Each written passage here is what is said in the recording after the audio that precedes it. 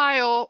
We're just going to give it a couple of minutes to allow a few more people to log in, and then we will start. So just bear with us for a minute or two. Thanks.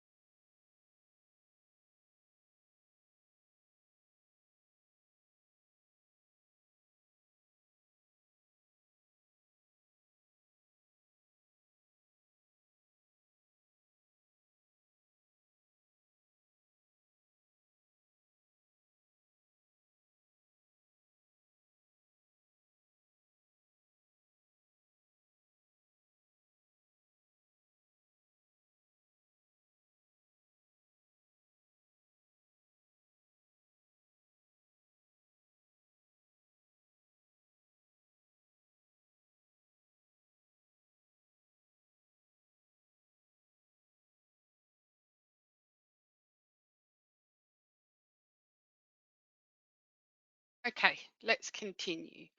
So good afternoon, everyone. My name's Pam Bandel, and I'm part of the UK BIM Alliance, and for today's session, your host for the webinar. As you can see here, we are talking about the UK BIM framework, but specifically around the guidance webinar. Just a reminder that the UK BIM framework sets out the approach for implementing BIM in the UK using the framework for managing information provided by the ISO 19650 series. It includes published standards, it includes the guidance resources, and a link to other resources as well. As mentioned, today's session is part of a series of webinars around the guidance. Now, before we get into the detail, let me just talk you through the GoToWebinar platform. If you have questions, please use the question tab. If you could avoid the raise the hand option unless you're specifically asked to do that. A reminder that the webinar is being recorded. You are in listen only mode, and the recording will be available next week on the UK BIM Alliance YouTube channel. As mentioned, we have a series of these webinars. This is the third and final one for today. And I'll shortly introduce you to Sarah and Andy, who will be managing this particular webinar on Part A, the information management function and resources. We have 3 planned for tomorrow, as you can see here, and then the 2 that have already taken place today will again be available on the YouTube video, on the YouTube channel, next week. Now, with that, I just want to play you a quick introductory video before handing over to Sarah and Andy. Welcome to this webinar about the guidance supporting the BS-EN ISO 19650 series of standards. The UK BIM framework is supported by BSI, CDBB, and the UK BIM Alliance. I'm Sarah Davidson. And I'm David Churcher. And along with Anne Kemp, we're co-editors of the ISO 19650 guidance. The guidance is supported by a group of dedicated individuals who give their time and expertise for free. These individuals might be authoring or providing feedback on the content. And you can see that David, Anne and I work alongside them in the management, editing and publication of the guidance. We also work closely with CDBB, who lead on the presentation of the guidance.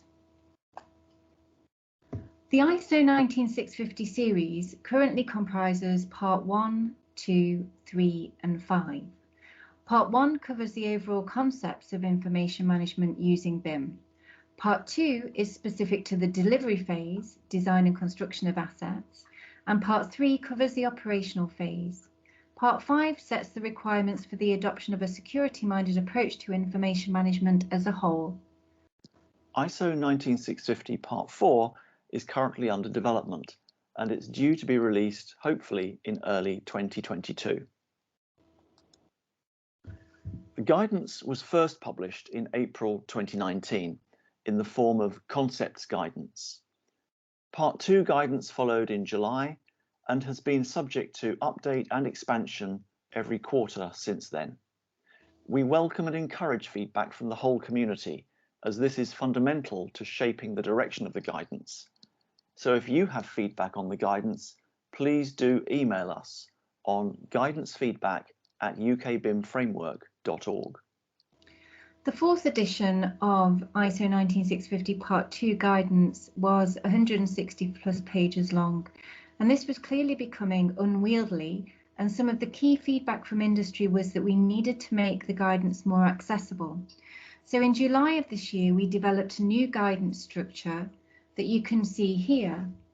We now have Part 1 guidance setting out the concept of the ISO 19650 series overall.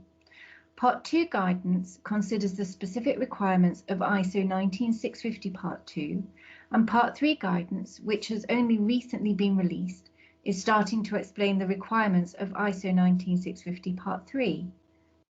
In addition, we have guidance parts A to F, which are intended to cut across the whole of the ISO 19650 series, and they cover key themes where detailed guidance is considered necessary. Guidance for Part 5 will be developed by the Centre for the Protection of National Infrastructure, CPNI, in due course. So Guidance A covers the information management function and resources. It considers the activities that need to be carried out and offers a resource map supporting the information management framework. Guidance B covers open data and building smart topics. It will also cover COBE, but this section is not yet written. And Guidance C covers the common data environment in terms of workflow and technology. It looks at assignment of metadata as required by the National Annex to ISO 19650 Part 2 as well. Guidance D is all about information requirements. It explains the fundamentals of what they're trying to do and the details of different types of requirements with some very detailed examples. Guidance E currently covers the BIM execution plan in supporting tendering and appointment activities. It will be extended in due course with content to cover more tendering and appointment resources. And finally, Guidance F covers information delivery planning. This includes the responsibility matrices and the task and master information delivery plans. It also has space for guidance on the federation strategy, but again, this is not written yet.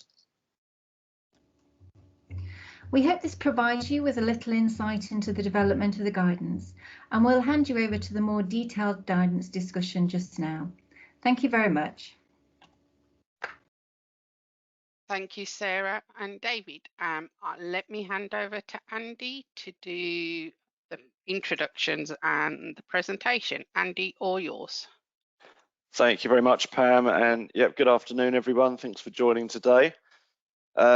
Apologies first, or it may not be apologies, but Kier devices don't like GoToWebinar in terms of sharing webcams, so unfortunately you can't see me today, but you'll be able to see my far better looking colleague Sarah, who will be presenting after me. So apologies, let me just go back to the first slide there. That's skipped. So obviously you'll be aware the guidance there was an update done at the end of February to a number of the guidance documents. Part A has had an update, albeit it's in the form of a information management assignment matrix mainly. So the actual content in Part A hasn't changed, albeit we did update a couple of figures in there to bring it up to date to reference the assignment matrix that we have released, as well as a tool to complement the guide. So unfortunately Rob can't join us today. You've just got me and Sarah, but Rob is obviously one of the co-authors of this part of the guidance as well, an important part. So Just work out my controls here, bear with me. Not playing ball. Okay, so what is the information management function first? So really it's quite simply collectively describing the responsibility and authority for ensuring the information management process that's set out in Part 2, ISO 19650 Part 2. So when we were developing the guidance, pulled this diagram together, which is actually based on Figure 3 in 19650 Part 2, and it just expands the clause numbers. And the point of this is to try and indicate typically who's responsible, or who's accountable actually for those various tasks typically in the ISO. And you can see it's color coded to the different parties. You also notice that some of the actual clause numbers, that if we go down to 5.3.1 column, you'll see actually 5.3.3, although that column, if you like, of tasks, activities is lead appointed party accountability, there is one in there for task teams. 5.3.3 is the assessing your capabilities to deliver against the information requirements. So there's a little bit of interaction between the various parties in these clauses, but typically ownership accountability sits with one of the parties as you go through the process. So as the ISO tells us, so the very first thing anyone should do as a party on a project is to understand and define and assign out your information management function. And that may be discharging responsibility or to another party, or indeed a third party, but certainly assigning it to internal members of your project team appropriately. So this isn't really it's probably touched on more in Part 2, but it's an important point to reiterate, and we've had a number of debates and discussions around this. Just to be clear, a lead appointed party is someone with a direct appointment with the client. So more often than not, there will be more than one lead appointed party at any one project stage. Now, the information management process discusses that purely in terms of information management, and I think the point is it's supposed to be neutral is probably the wrong word, but procurement neutral. So depending on the procurement model and the procurement route, you know, in the context of information management, if you're a lead appointed party, if you've got a direct appointment with the client. Now, of course, some of those lead appointed parties, like a main contractor or an architect, will be a lead designer or lead constructor, and some will have other delivery teams underneath them, or sorry, parties as part of their delivery teams. Others will be an organization on their own right, like a project manager, for example.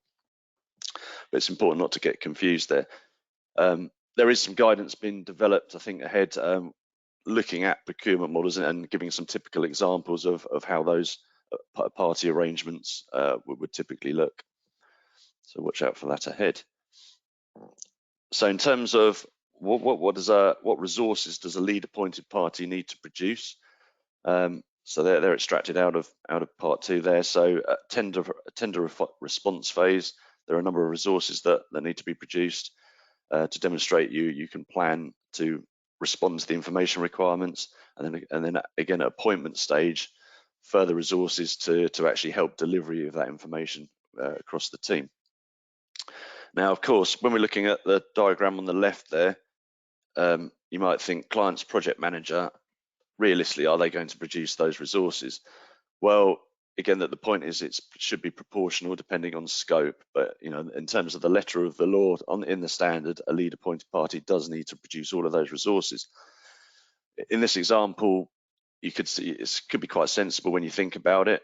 You know, a pre-appointment beam execution plan is effectively a method statement of how you're going to deliver the information and give the client assurance that you're able to do that. So even as a client's project manager, you'll still be producing information, whether it's coordinating producing master programs, doing stage reports, agendas, etc. So you could say it may be a very light touch, but it would be quite sensible to suggest certain aspects of how you plan to deliver that information. Of course, you need to be capable to perform your task on the project, and you have some element of mobilization, whether it's internal resources or indeed in terms of IT setup and software and technology. And again, in the appointment phase, because in this example, the client's project manager is just an organisation in its own right, making up the delivery team, it would be pointless to produce a detailed responsibility matrix, or indeed your own information requirements, because you're not actually procuring any other parties in that delivery team. But again, approach sensibly and dependent on scope is the best way forward. Okay, so this is an example out of guidance part A. We developed just a table of what an information management assignment matrix could look like, for a number of parties. So the one on the right there is typically for, say, a building services subcontractor. There's also one in the guidance for a main contractor. And again, what that is doing is expanding on Annex A, which gives a template example on the left there of what a matrix could look like, a Recce matrix for this. And it's taken those main activity clauses and expanding under each clause to actually detail out some of the tasks that need undertaking to fulfill that clause. So again, looking back at the figure on the right, we've given this example where we've expanded the table across the top there to actually include some of the roles in that project team for the building services subcontractor, so project manager, electrical engineer, quantity surveyor, etc., and given an indication of typically where accountability, responsibility, the C's and the I's, consulted and informs, could lay, to try and be a helpful resource to reference. So we've talked about accountability and responsibility. Myself and Rob and Sarah we were scratching our heads when putting some of this together. But what I didn't fully realise was accountability can only sit with one organisation or individual within that organisation, because quite simply it could not get done if two or more people were accountable. So and accountability is actually fixed, as in terms of ISO 19650 Part 2. Where it suggests each clause, the appointing party or the lead appointed party, etc. That accountability is fixed. However, obviously you can delegate responsibility for carrying out the task.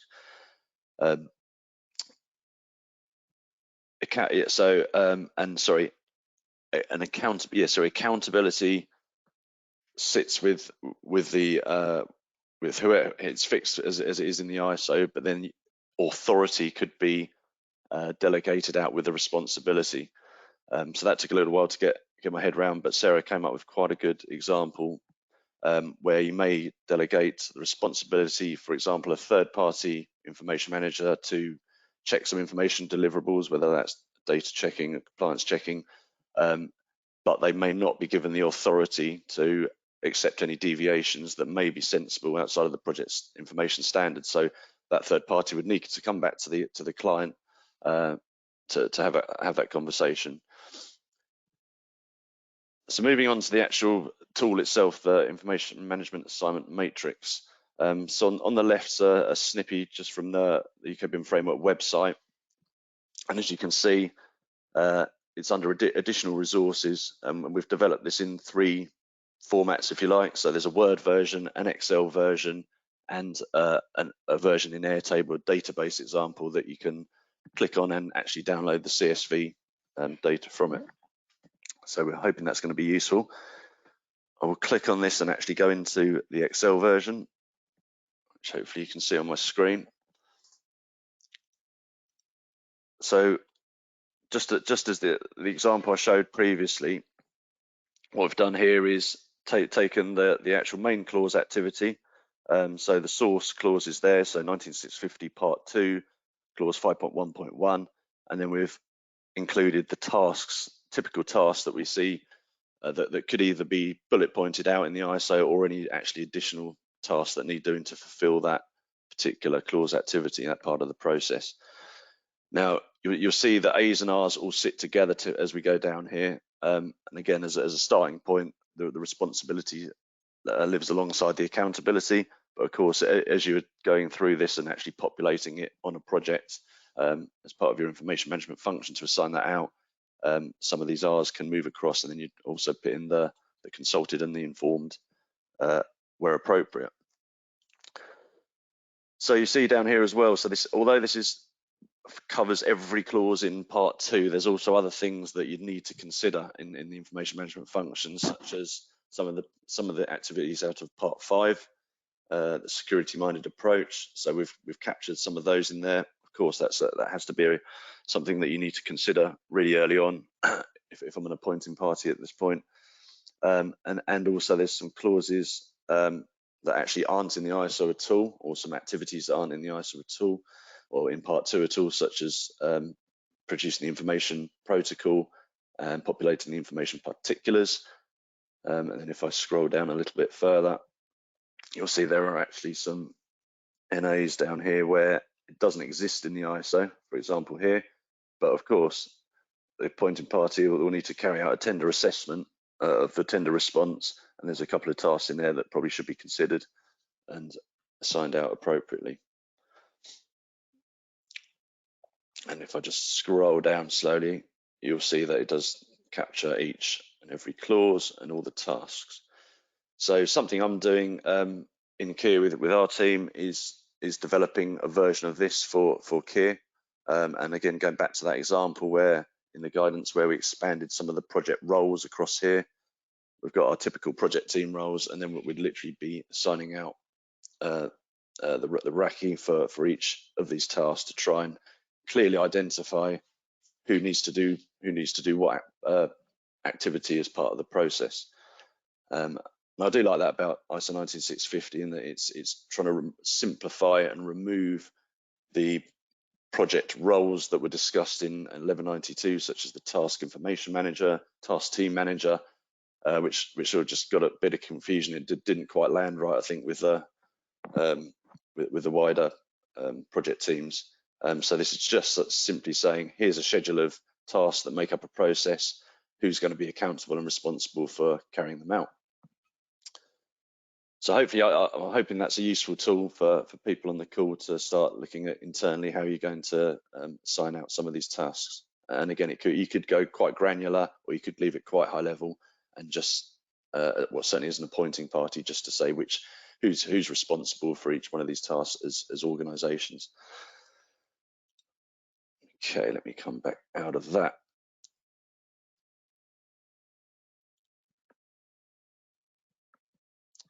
So another piece in part A under this section was to try and suggest what you'd need to cover if you're going out to appoint a third party IM. So it's a proposed ITT structure there, the various bits and pieces that probably would get you a fair and comparable quotes back from various third parties. I'll just highlight E there and the tasks. So that there's quite a bit of work to be done there, and myself and Rob with Sarah developing ahead for the next release of guidance a typical scope of services that should help going out to tender and to capture the various tasks to get some good quality quotes back and pricing.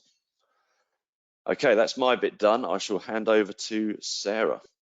Thanks, Andy. If you can, thank you. If I'm going to be talking very briefly about the resources and the resources information that's contained in the Part A guidance. So if you can go to the next slide, please.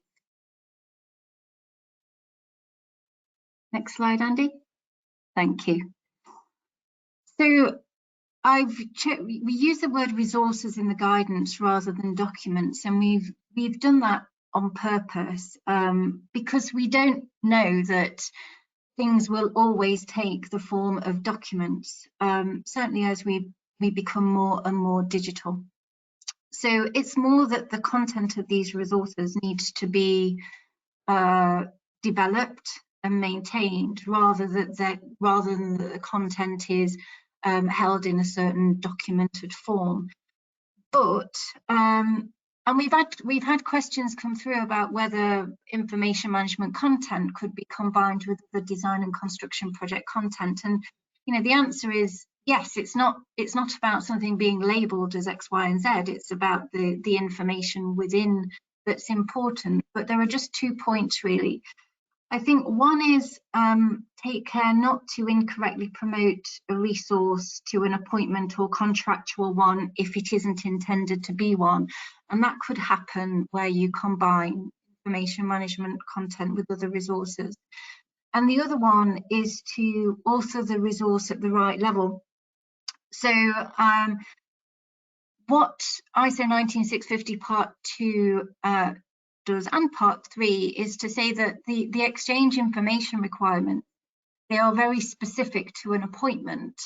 And so you want to make sure that you don't introduce information that is irrelevant to an appointment. And you could do that if rather than developing exchange information requirements that were tailored to a single appointment, you developed them at the project level. So yes, you can combine information from the 19650 Part 2 resources into other documentation, but just do take care around how you go around doing that, just to make sure that that the content is at the right level. And go on to the next slide, Andy. And again, so just as we've got activities that are undertaken per project and per appointment, the resources are developed per project and per appointment as well. And we can see that we've got project level resources such as the information standard and the information production methods and procedures, and they're developed during clause 5.1. And then we've got appointment level resources such as the exchange information requirements that are developed in clause 5.2.1.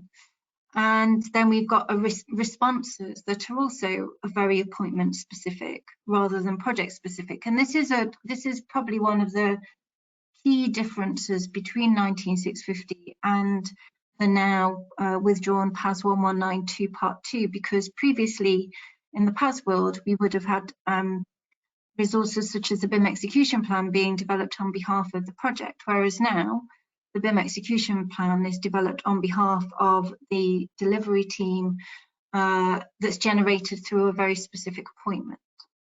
We can go on to the next slide. So the point of these project level resources is to provide consistency across the client's organisation and across the whole project and the delivery teams within the project. So for example, when you develop a project's information standard that's going to set out how you want information to be identified in the form of the unique ID and the metadata, you want to make sure that that supports your whole organisation, particularly if you're a client with a portfolio of assets. But you're going to want to make sure that everybody within the project is adopting the same methodology, the same approach. So what you're doing there is you're driving that consistency at various different levels. And as I said previously, those appointment level resources like the exchange information requirements and the BIM execution plan are very specific to the lead appointed party. So that's party B in the diagram there. And the parties that are captured within its delivery team. So its delivery team is shown in the deep grey circle highlighted number 2. If we can move on to the next slide, please.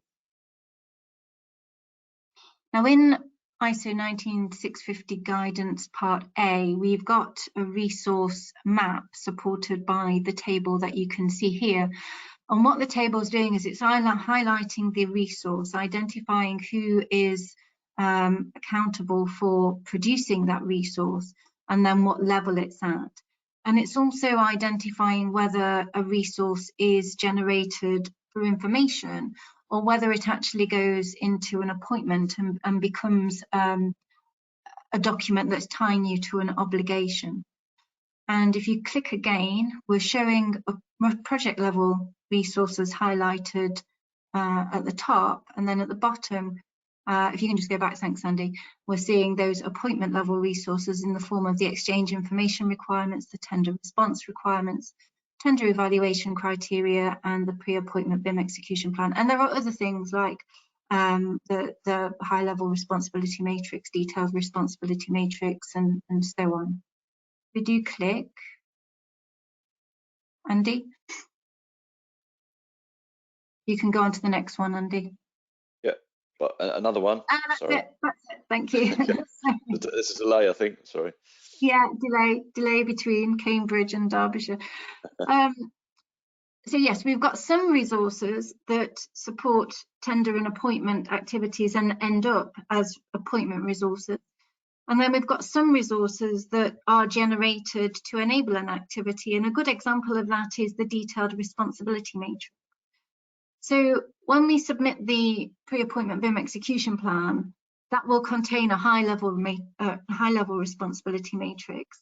And that is reviewed as part of firming up the appointment and forms part of the appointment BIM execution plan. But then there's the ISO recommends the development of a more detailed responsibility matrix, and the point of that is to act as a stepping stone for the development of the master information, well, the task information delivery plans, which then inform the master information delivery plan. And click again.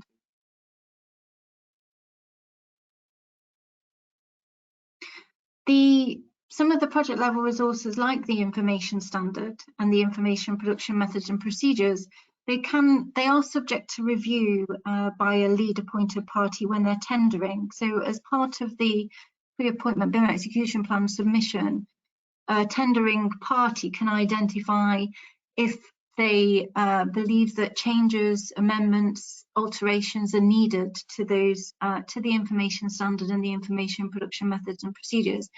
Those are proposed changes and fundamentally have to be agreed with the client. And of course, the client's not just got to consider the impact of that agreement on that particular appointment. They've also got to think about the impact on appointments that might already have been secured for the project, or actually the impact on how the information's managed for the whole for the asset across its life cycle or for multiple assets. So whilst there's the opportunity within the tendering process to identify changes to those project level resources, they do have to be agreed, and there might be very good reasons for not going with those changes. Next slide, please. So alongside the table that we had up a few seconds ago, Guidance Part A contains the resource map, and everything is colour-coded to identify who generates what, and the colour coding is the light blue to identify resources that are generated by the client or a third party on behalf of the client. So we can see there we've got the exchange information requirements, the project's information standard, the information production methods and procedures, any reference information, shared resources, the information protocol, tender response requirements and the tender evaluation criteria. And then we've got the tender response, and that takes the form of the pre-appointment BIM execution plan, which will consider various things such as the information delivery strategy, the high-level responsibility matrix, the schedule of software, hardware and IT. And then in addition to that BIM execution plan, there'll be a summary of delivery team capability and capacity, mobilisation plan, and the risk register. Click again, please. And we can see with this image that how the project level resources cascade through appointments. So we can see there that we've got the image, the left side of the image is the resources that go into the lead appointed party appointment, and then the right side is the resources going into an appointed party appointment. And we can see that we've got the project's information standard and information production methods and procedures that will flow through to those related appointments. But we can see that the task information delivery plan is specific to an appointed party. And we can see that the delivery team's BIM execution plan also is relevant to that appointed party's appointment.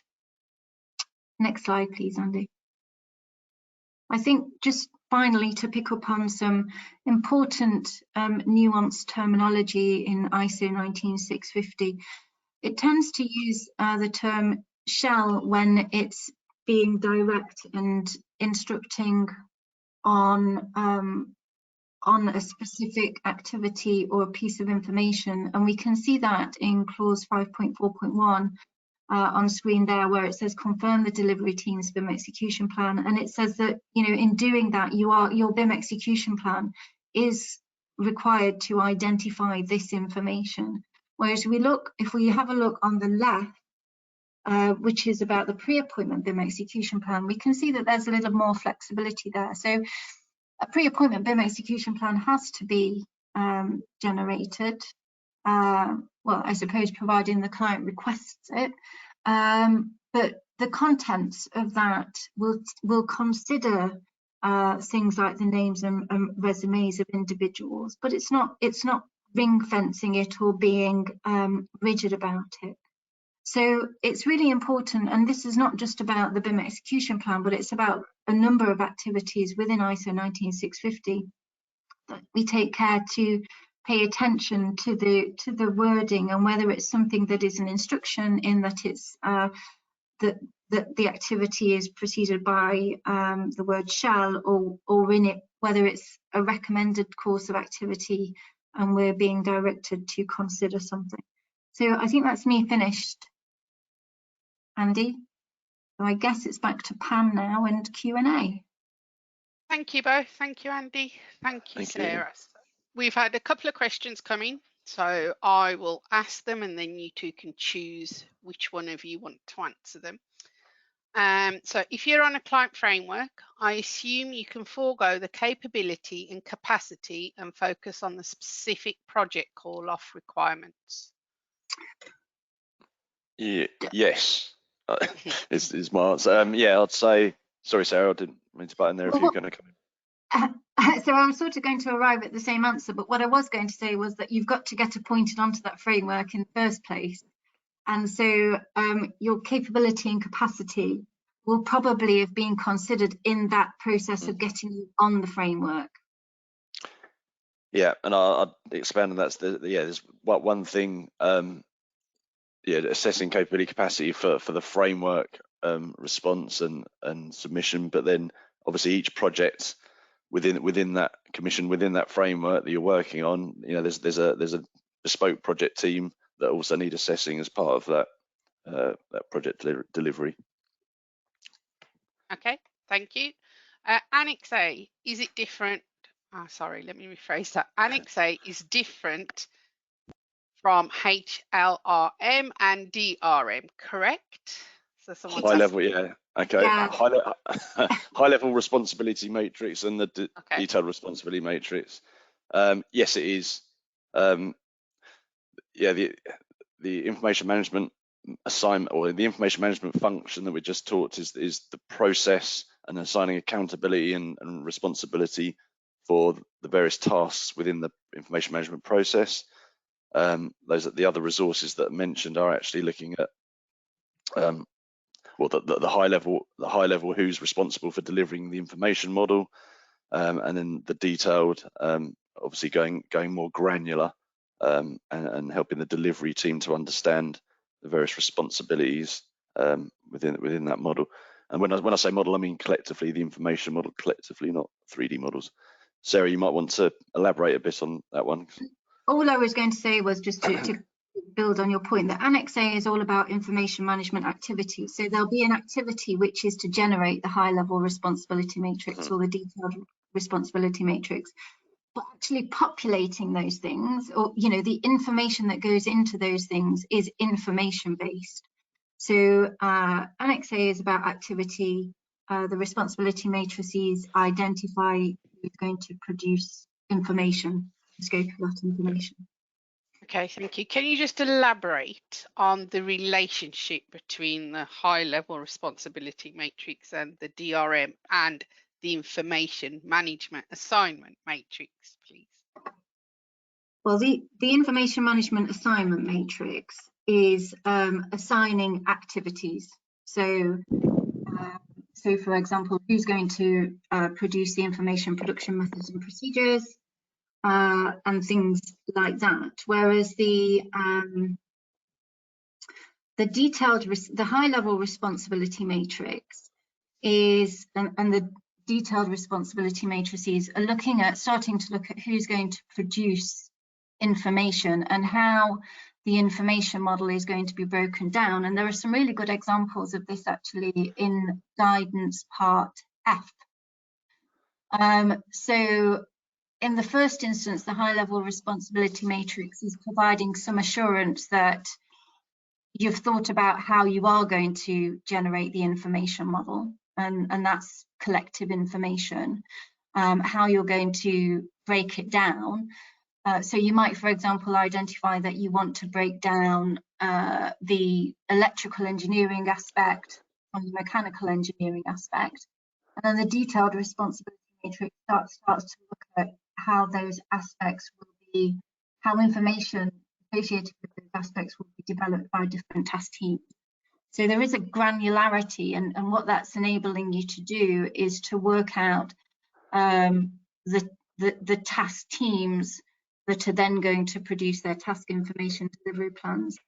Andy, I don't know if you want to. No, that's really well. And just to reiterate, the so it's in terms of information management matrix, that's really assigning out the process and the tasks within the process. And like Sarah said, then the other matrices are more looking at assigning out, well, in terms of information production, content, and those kind of responsibilities. So there's a distinct difference, albeit many of these things are related, and there'll be other design responsibility matrices that we'll, as main contractors, we'll produce, and there is a relationship between all of this, but it's just trying to probably get it working as clearly and concisely as possible without duplicating information in many different ways. And as Sarah pointed out, John's guidance helps to pull some of those things out. Okay, so continuing with the information management assignment matrix, we have a question asking why there is so much focus on it, as when it is only really one way of complying with clause 5.1.1. That's a good question. So there's actually two, you're right, 5.1.1, and that's the appointing party, so the client defining or assigning their information management function, and then 5.3.1 is lead appointed parties. There isn't actually a clause saying for an appointed party to in the ISO, but of course, as an appointed party, there are various tasks in the process that you need to fulfill. So therefore, in the guidance, we do say any organisation within the team, the first thing to do is to sit down, understand the scope of your information management process, and assign out those activities appropriately. Just remind me I've talked myself into, I've forgotten what the first part of the question was there, Pam. I think I might have answered half of it. Why is there so much focus on the information management assignment matrix when it is really only one way of complying with clause 5.1? Yeah. But if you think of the whole of ISO 19650 part 2, that assignment matrix is taking all of those clauses across the whole process into a table, a schedule, and to be able to then assign out responsibility. And again, I think. Go on. I was going to say, even if you don't assign, assign the responsibility for an activity over to a third party, it's still quite a good checklist to make sure that you're doing what you're supposed to be doing. Absolutely. I mean, and again, putting my Kier hat back on, some, the things we used to get frustrated about previously, and we had it in our heads that we wanted some form of Raki matrix to help clearly identify to, just our internal project teams, rather than BIM person getting frustrated and keep badgering the QS because have you included this in the appointment correctly, or I need to go and speak to a design manager. Just having that clear schedule of tasks and agreeing, hopefully at the outset, okay, I'm going to do X, Y, and Z, but if you can do A, B, and C, that's your part of the process. And again, that starts to then allow the opportunity to look at competencies and where you may want to help provide training or upskilling to certain roles in your organisation to help ensure that. So I think it's a useful thing to use and process to go through. But like Sarah said, how granularly we want to go with that, it's probably entirely down to the organisation and what you think is going to work. Okay, thank you. Just to touch back on the capability question, is there a way for a client to have their supply chain's capability and capacity to be pre-qualified, for example, through certification? Sarah? Thanks, Andy. I threw you under the bus there, sorry. Yeah, no, that's a good question, and we've talked about this a lot, and I think, and actually it's Bryn that's answered that question, and I think that Bryn is also looking at capability and capacity himself. So we do know that a lot of clients, particularly those that are securing framework appointments, will refer to PAS 91, and if you're familiar with PAS 91, that has a section around BIM. But it's out of date, really, and we've talked about whether we can get that removed or we can get the PAS updated, and at the moment we're unsure about how we can move that forward. And the other resources that are readily available are the CPIC resources, but again, from memory, they're very much design focused and probably model based focused and technology focused, whereas we would need to have a review of those and to see if they needed updating to make sure that they captured the whole information management activity. And then the other point is around capacity. Then capacity fluctuates within organisations because people come and go from organisations, and of course the makeup of a delivery team might be different depending on what the scope of the activity is. So there is definitely work to do around capability and capacity. At the moment, I would just caution about where you see references to PAS 91, because it's, in terms of information management using BIM, it's not up to date, even though it was only updated a couple of years ago, I think. Thanks, Sarah. I'm going to go with one final question, and that's from Adrian. All of this drives client side as a pointing party to correctly kick off the project. The role of either their in-house team or project manager with information manager and defining their EIRs, assigning recce, etc. How do we get clients to understand this better? That's a tricky one, isn't it? Because it's something that we've, I think clients are in a tricky position because their day job is normally something else. They're not normally in the business of constructing. So to ask them to, it's quite a tall order really to make sure that clients are fully competent in all of the areas that they need to be around projects. I think that as consultants and as contractors, where we can see that we've got clients that need help, then I think we do need to recognise that and step up and try and help them. I think if we look at Grenfell particularly, and we go back through that case, that's a really strong, compelling argument for why information management needs to be taken seriously. And there is a lot of work going on around the golden thread of information. So I think that we have to hold clients' hands and try and steer them in the right direction where they haven't got the required insight. Well, 17650. Andy, I don't know if you would add to that. No, really completely agree, and I think probably Adrian, is a really good question, and I know obviously in Scotland, I don't know if it's SFT or one of the big frameworks there has basically mandated, but might be a strong word, but the client organisation is required to appoint a third party IM to help with that exact thing. So I think hopefully the ISA does start to drive home that message, and if your first task is to look at your information management function and see that, well, blimey, there's a number of tasks here. Do I have this internal capability? Hopefully it will help those clients that do need that help, or to go to a third party. Hopefully it only helps reinforce that message, but time will tell. Yeah, Adrian. Yeah, I was just going to say. Go on. should the client PM support role need to be better educated or supported? And absolutely, yeah, there does need to be work around this, and of building smarter, developing their professional or individual certification, which will and will have an aspect that's focused on the UK. And I think that that's going to be a good starting point, really, to get the educational process going.